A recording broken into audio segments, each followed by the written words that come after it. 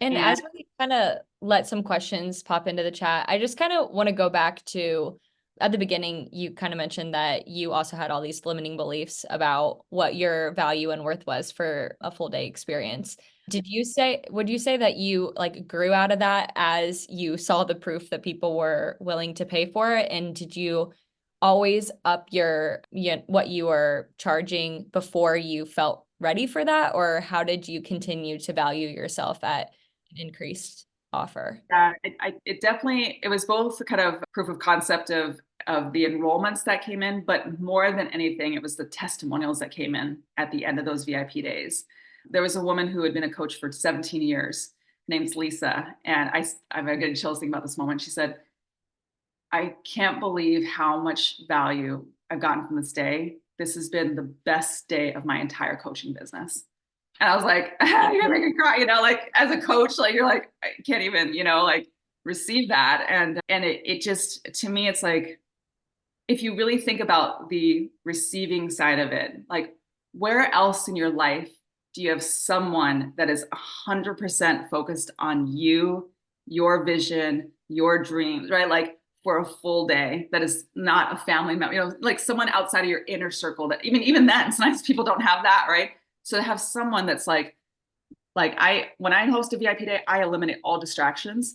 I am 100% focused on you, right? So it's those testimonials that I got from each of my VIP days for like, oh my gosh, thank you so much. Or even years later, this one client of mine, she came to me when she was struggling with her business and she was saying, I feel like I should just become like a spiritual business coach because everyone keeps saying that what I really want to offer is not valuable and that I can't monetize it or whatever.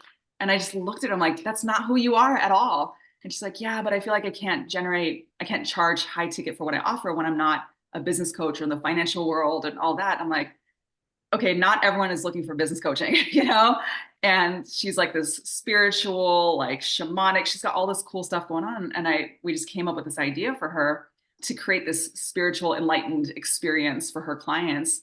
And within the next 2 weeks, she sold out like a number of them. She started off charging like 2,500 to 3,500, but she generated like 20,000 in 2 weeks because she was so enrolled in like what she was doing.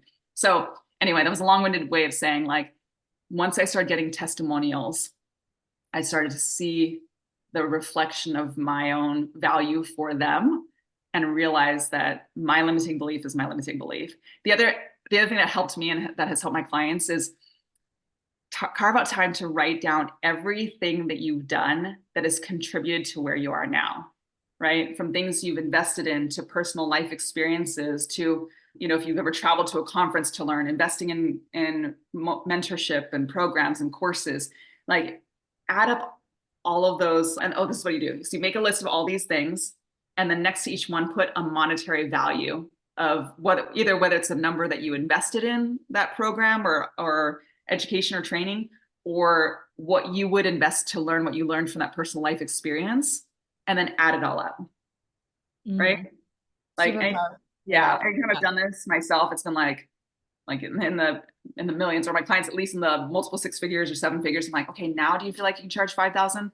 Because they don't have to live your whole life and do all the things you've done to have access to your wisdom for a day, right? So that also helps.